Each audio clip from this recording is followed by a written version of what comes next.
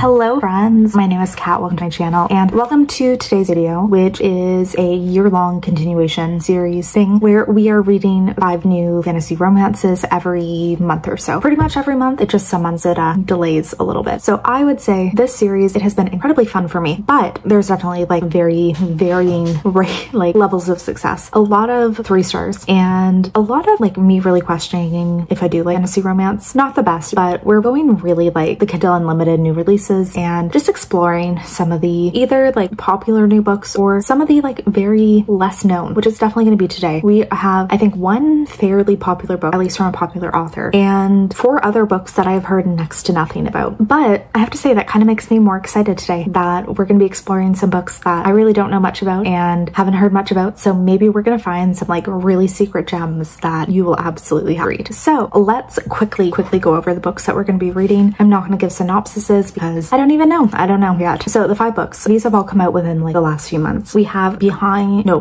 the Aching Door. This name was a little confusing. Until the Stars Fall, The Frost Queen's Blade, The Veiled Kingdom. This is the only one that I feel like is kind of popular at the moment, and Blood Path. So these are actually all ones I've heard. Either people vaguely mention them, I found them on the Kindle store, I found them perusing Goodreads, but all of them had something that just like caught my attention. And I am so excited to read all of them. I'm so excited to tell you all my opinions on these and just so excited for this video in general. So if you're excited too, don't forget to like this video and subscribe if you haven't already. And let's dive into reading these 5 new fantasy romance releases. I'm trying to live in the moment.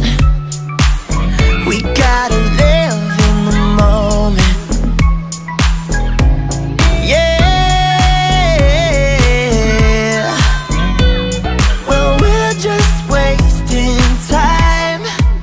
Fighting the inevitable, I can't do this anymore. We're just wasting time. So you better go, so you better go. I'm gonna miss you. Okay, so I have started 2 of the books that we're reading for this video, which are The Veiled Kingdom and The Frost Queen's Blade. So let's first start with The Veiled Kingdom. This is by Holly Renee, who's not I've read from before. She has a series, it's like Kingdom of Stars, something, All the Stars, something like that. And I really didn't enjoy that one. I thought it was like one of the most tropey, like in a bad way, type of fantasy romances. Like just nothing about it felt original. It felt like so many of these classic tropes were being recycled and just used in a very generic way. So I'm really happy to say that even though this one doesn't feel crazy original either, it at least feels fun. It feels a little more interesting. It feels just like something that I think I am going to enjoy it a bit. So we are in this world. There is a kingdom and there's rebels to this kingdom. We are following the princess of the realm. She is running away from the palace and manages to get caught by a guard for stealing, because when she runs away she doesn't bring anything with her. So she gets caught for stealing and is not recognized. But she also like drew on this rebellion mark onto her hand that is known for like the rebels who are really actively fighting against the kingdom, and they see that and they lock her up. So she is also locked up with the sister of one of the like important guys in the rebellion. So when they come to break her out, she's like, okay, you can't leave this girl here alone too. I can't in good conscience leave like somebody in the prison. So they end up taking the princess with her, not knowing who she is. When they get to the rebellion camp, they are very much like, either you join us or we kill you. Like we can't have anybody leaving and knowing who we are, where we're from. So you either have to commit right now to joining us or we will kill you. So she joins and is quickly kind of added to the soldiers, like the fighters group, even though she has no real skills. And they're just like, okay, well, we'll put you there. That's kind of where you'll fit. And she also has no magical ability, which is weird in this world. So not only does she have like very little, like that's more common, it's like you have kind of a non-useful magic gift. She has literally 0. And this is kind of part of why she was running away from the kingdom, is because her father had been like basically trying to beat a way into her for her to start like revealing that she has magic or something. So she is running away. Anyways, joins in with the fighters and is quickly starts being trained by this guy, Dagger something, and they have a really intense bully romance, like enemies to lovers kind of thing going on. And I'm kind of really into it. Like really never thought that I would be here saying that I'm kind of enjoying a bully romance, but kind of am kind of digging their vibe. Like he is her trainer, he's like treating her terribly and kind of fun, kind of like feeling it. So that's kind of where we're just at right now, is that she's still being trained. Nobody knows she's the princess. I have a feeling that like it's going to be revealed at some point to the rebellion. It's going to be a huge fucking thing. It's going to like blow up everything. Nobody's going to trust her, or they're going to kind of take her prisoner to try and use against the king. Either way, it's pretty interesting. Like I can kind of see exactly where it's going to go, but I don't mind it in this case because it's a little bit different from a lot of the fantasy romance I read. It's like just different enough that it's good. Not even that it's good. It's just different enough that it's captivating my interest, and the writing is fun enough that I am getting really into it. So I have a good feeling about this one. And then we have the Frost Queen's Blade, which is another one that like this one I'm kind of confused about how I'm feeling. We are following the princess of this kingdom, and her father is assassinated on her birthday, like on this celebration, and now she has to take over as the queen to this realm on a supposed like peacekeeping mission or something to go to this other kingdom. An assassin is sent against her. She manages to fight him off, takes him prisoner, and then basically makes a deal with this assassin that he will, if he acts as her bodyguard, she will set free, and he decides to agree. For some reason she trusts him. I think it's honestly just more of she's really into him, and also he is not one of like her father's advisors, so he's actually somebody who doesn't have like that bias, because it seems very much like the advisors are trying to kill her. Like that kind of seems like what's happening. It's pretty decent. It's decent. Like I'm not really sure exactly where it's going. Like it does feel like it's going to be now a bodyguard romance. It's going to be this woman kind of fighting or to prove herself as queen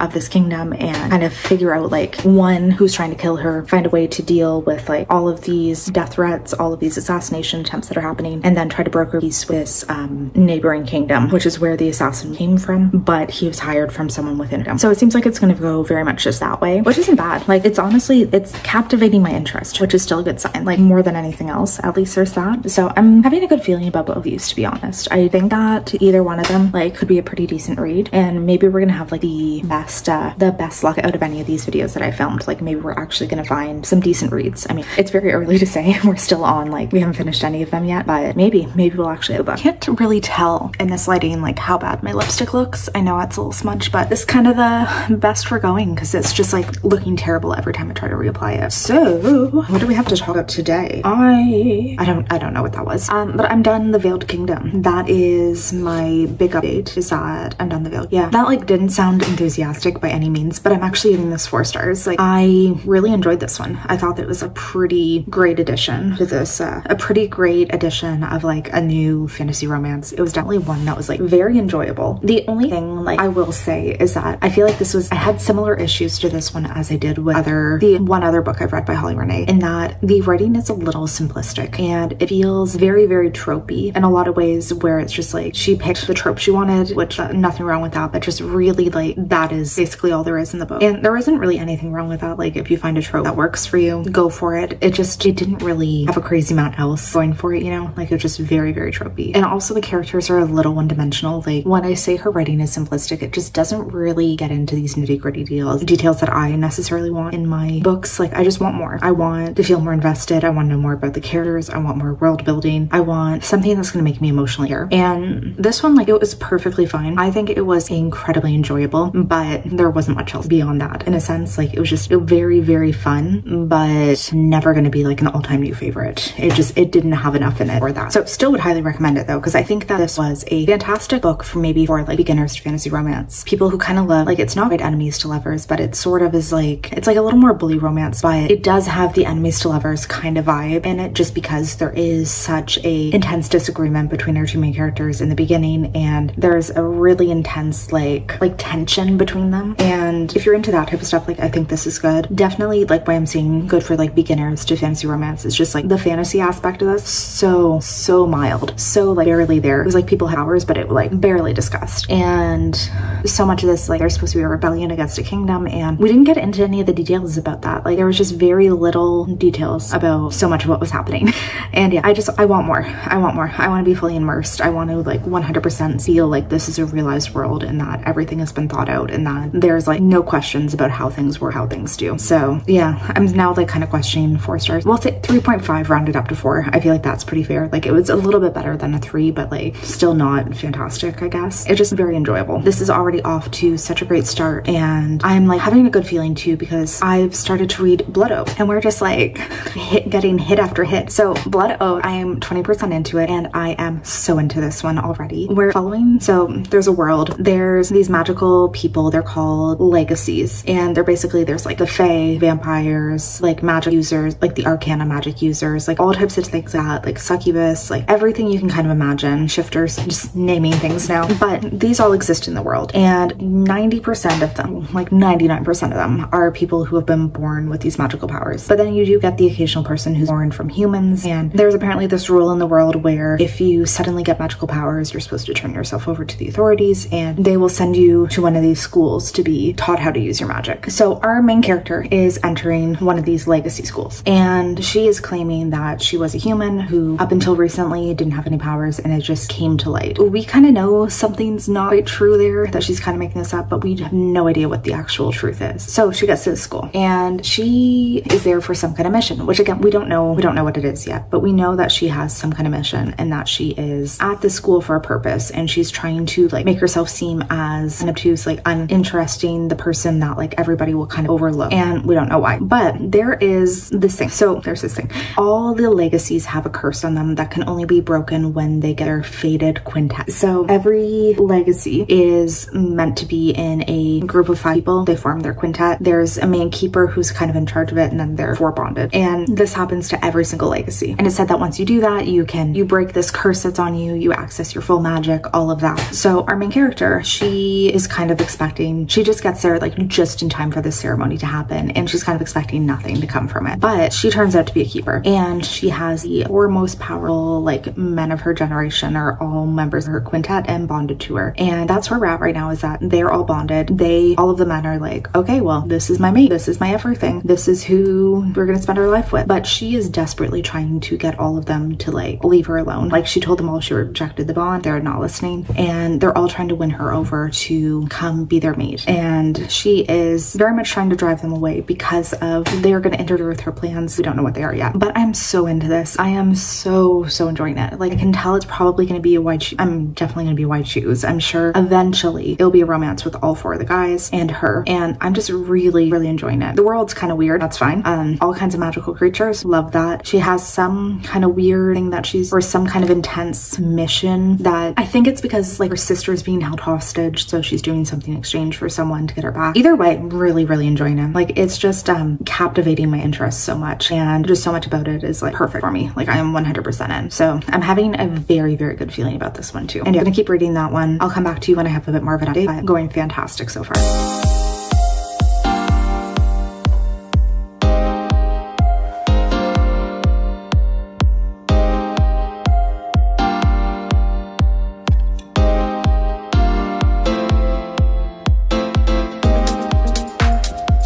I am so thrilled to say that I'm like deeply loving Blood Oath. I think that this is like the ultimate like paranormal white shoes kind of book. It is like just really giving me everything I ever wanted. So I'm 70-ish% into it, and we still don't know what our main character Maven's like motivations are, why she's doing this. Like she seems to be infiltrating the school and trying to do something, take down the headmaster, do something like that. And because of this, she's rejected her like quintet or her fated mate. And there are four males who she's bonded with, and it's basically like they are her fated soulmate. You can almost say fated soulmates, but she's rejected them, and they are desperately trying to like win her over, but she is like at the same time trying to like turn them down at every move. And she has this huge plan for trying to make them hate her. She has like all of these different methods that are not working, and they are all just like so ridiculously obsessed with this girl and just trying to like do everything they can to win her over. And I'm loving it. So there's four men who are bonded to her. There's a dragon shifter Bale who is just like, he's immediately like, you are my mate, I'm obsessed with you, all I want to do is like have sex with you forever and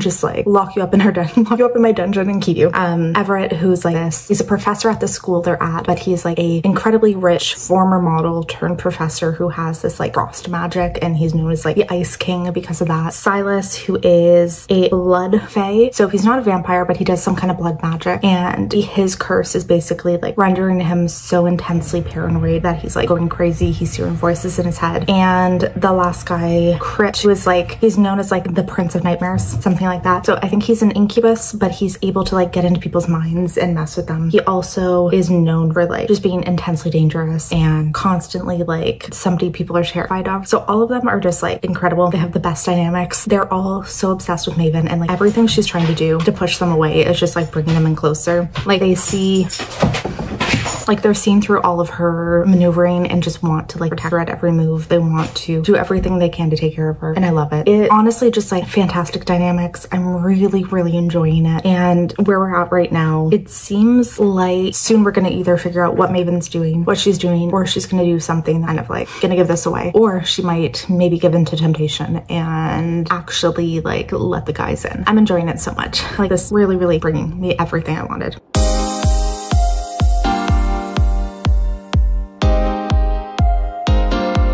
Yes, my hair is a lot at the moment, but we are done. We're done with, so when I last checked in, I was 70-ish% into Blood Oath, I believe, and now we're done. This is one that I had genuinely considered giving it 5 stars. I think it's more of a 4.5, and like when it's 4.5, I don't round up to 5. That's one that I kind of like keep at 5, keep at 4. But this one was actually very close to a 5-star for me. I thoroughly enjoyed this. I think just like wasn't quite enough for a 5-star, but this was great.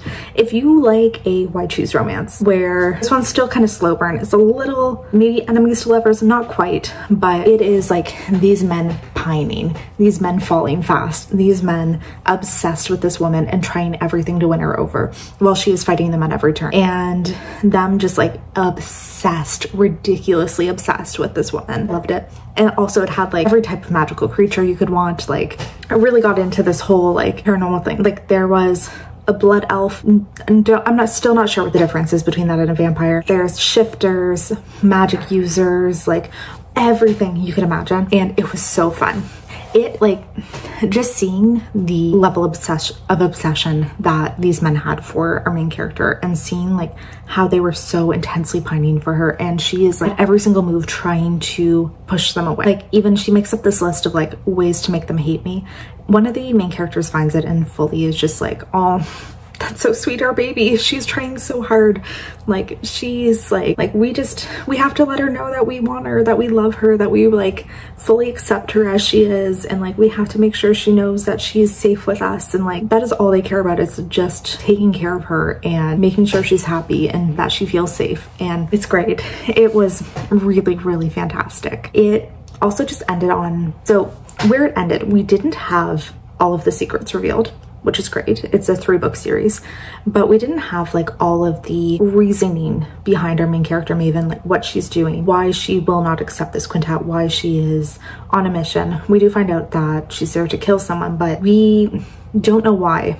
There's like little hints of it, a few things kind of like showing that, like just sprinkling a little bit of information in, but it was great. Like it was really something that kept me intrigued the entire time. I was so into this and just kept wanting to keep reading and everything. And yeah, it just really was fantastic. And I've already downloaded book 2. Kind of started reading it already. I'm not going to talk about it in this video, but yeah, I'm reading that one already. I am so into it that I was like, yeah, kind of have to. So I think that this is a fantastic Why Choose series, a fantastic new release, one I would 100% recommend, and like I highly think that this is worth your time to read. I think like, yeah, I think that this is one of my favorite new releases I've read in quite a while. So like take with that what you will. If you like Why Choose, read it. And so since then, I've also started reading the 4th book for this video, which is Until the Stars Fall, and I'm only 10-ish% into this one, so I really don't have concrete thoughts yet. But basically we are in a world of fae and humans. The fae are rulers, the humans are primarily like subservient to them. They're servants, they are people who work underneath them, and we're following the crown prince, so the heir to this kingdom, as he's navigating being a prince, I guess, just kind of like his royal duties and everything. And also a human servant who is secretly in love with another one of the princes. He has no idea who she is, but she's been secretly in love with him, and she always sneaks out to like the balls that happen at this palace. She makes herself dresses and sneaks out to them, and she gets caught by the crown prince. Gets caught sneaking out. He saves her because she's being attacked by another fae who like really hates humans, and he basically, when he brings her to the head of the servants to kind of like say this is what happened, she gets sent away to be trained with distant family members. And that's where I'm at. Really like do not know at all what's happening, but I'm assuming it's going to be a romance between the two of them. So even though she's technically like, she thinks she's in love with his brother, that brother has no idea who she is, and I'm like very, very sure it's going to end up being a romance between her and this crown prince. And then there's going to be something about the fact that he's a fae prince and she's human, who are considered like basically animals to them, it seems like. So there's going to obviously be some kind of issue with that. And I'm sure with this training that she's going on, it's going to be something about like, I don't know, like she'll be exposed to secret magic her humans have, or some kind of rebellion. Like it's definitely feeling that way, like nothing overly unpredictable, but I am very, very much hoping that it will still be fun at least.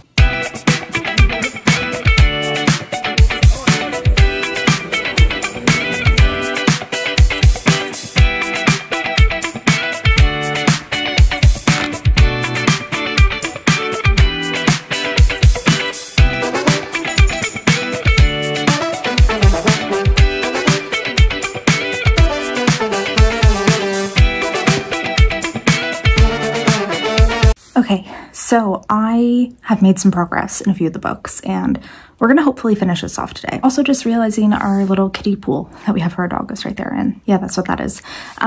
So it started Beyond the Aching Door, and so far I'm a little bored. I'm gonna be very honest, I'm not really feeling the writing style, and I'm only about 10% in, but I don't know, I feel like this one could have potential, but something about the writing style is a little weird. So basically in this one, we're just following an investigative reporter who is kind of getting roped into investigating some kind of murders, and there's something going on. Her father seems like was killed a certain number of years ago around this time, and she kind of always says that like this time is like a really dark time of year for her, and that's kind of all I have from the book so far. There's something about a murder happening. I think it's people who are drowning in puddles, so like they're drowning in like a couple centimeters of water, and it's happened a few times now, so they start to think that something weird is happening. I don't think this is a world that knows about magic, but it could potentially be an urban fantasy where there's like a hidden magical world. The idea could be interesting. I just feel like the writing, I don't know what it is. I'm just like really not getting a good sense of it. Like something about it feels overly simplistic and not descriptive enough. And it feels like we're just following like, I've been having this issue where I find like a lot of books that I'm not enjoying lately, they have this very much like, we did this and then we did this and then we did this and this was our next step, and like I just find that like I've been really struggling with books like that lately, and this one kind of feels like it's gonna go in that realm, but we don't know yet. Like it could end up being interesting, it could end up being an interesting kind of mystery that we end up getting involved in, and that could definitely solve it as if I get really into this mystery and the fantasy aspect of it. So started that, and now I'm about also 40% into Until the Stars Fall, and I think I'm enjoying this one, but I'm also a little bit confused about where the plot is going, to be very honest. So we're following a human servant in the castle. She was sent away for a number of years to be trained, seeming to be trained as like a soldier with these random family members who she never knew about, but her mother had arranged it before her death to be sent away to be trained by them. So she's returned from a few years away and comes back to this fae castle where she's in love with the younger son of the king, but they can't be because he's a fae, she's a human, and also he is being ordered to marry another woman. But what I'm confused about, so it's definitely going to be a relationship between her and not that guy, but the older brother, because we're getting his perspective as well. I'm just very confused about where that's going to come in, because right now she is like fully in love with the younger prince. All she wants in life is this guy, and the older prince, I don't know if he has like any thoughts about this girl aside from just like she's a human servant, but somehow I think it's gonna end up being a romance between them. I'm interested, but like I'm really, really confused about where it's gonna go, because it seems like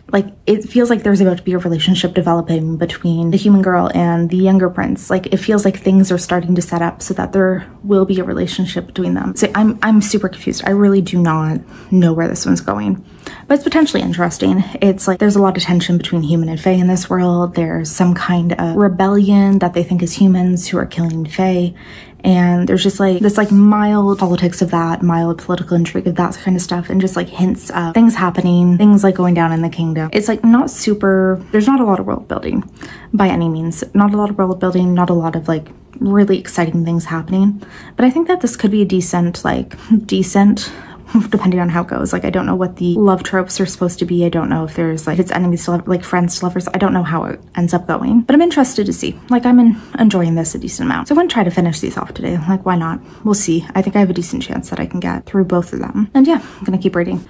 I decided to just DNF Beyond the Aching Door. By the time I got to like 20%, that's kind of when it like 100% solidified in my mind that I did not want to keep reading it. Honestly, like, things were starting to happen. The magical elements were starting to come in. Things were kind of starting to come together. Like, it was starting to potentially get interesting, but the writing was so bad. Like, something about this was just so unbelievably not good and kind of ridiculous. Like, the characters' actions were so stupid, and a lot of like what they were thinking about like what was going on was just so dumb. So like, there's these drownings. We're following them as they like, sorry, that's a little off. We're following them as they're trying to investigate them and figure out what's happening in this world. And like, somehow they start to discover that there's magic in this world, and that their father, who had disappeared, was involved in magic, and they were left all this information about it. And just their reactions to finding out about magic and the way they went about like contacting magical creatures and stuff was just so unbelievably stupid that I just could not get my head past it, and could not like get myself to be into it, and I don't know, like care or think, do anything about it. So just like, it's done. But it's done. Yeah, I DNF'd it at 20%. But I have also finished When the Stars Fall, and I'm giving that one 3 stars. Perfectly fine romantasy book. We're following, it kind of ends up being a fake dating situation between our human main character and the prince whose perspective we see. So he is the older brother of the prince that the human is in love with at the beginning of the book. And at one point she is to be executed for some reason, and he basically steps in and says that, oh, you can't do that, she is my fiance. And then they kind of keep up this ruse of pretending to be together. It's a very complicated situation for kind of nothing. It was perfectly enjoyable. It just kind of didn't really have, I don't feel like it had like that much of a plot. It didn't have that interesting characters or that interesting of stuff happening. It was fine. That's just like kind of all I can say is that it was decent. It did have like fake dating, it had fated mates, it had like all these different things in it. A human and fae relationship, which in this world is considered like incredibly not okay. Like, the world is incredibly prejudiced against humans, and their species, their kinds are like at potential war at all times. So that was all happening. But yeah, it was fine. It didn't really, there's nothing about the relationship that I overly cared about. I found the plot was just very, like, the relationship plot was very convoluted for what was happening, and very kind of confusing to figure out like how the relationships were coming together. And then the overarching plot, just nothing really happened. It was fine. It was fine. I think it was like a perfectly decent time. It just wasn't anything that exciting. So we're done. We're done with this video. I think that this was actually like a very fantastic edition. We actually had like quite a few books that I really enjoyed, which we'll never complain about. I'm always happy that we're coming out of something with like very good reads. And yeah, I think there's some that I definitely like. Blood Oath, I am ready to dive into that sequel. I honestly can't believe I haven't already. And yeah, I'm just really happy overall with the fact that so many of these books I actually did enjoy. So thank you for watching, my friends. I will be having a new edition of this video coming probably within the next month or so, reading 5 more new romantasy reads, and hopefully I will see you then. Bye.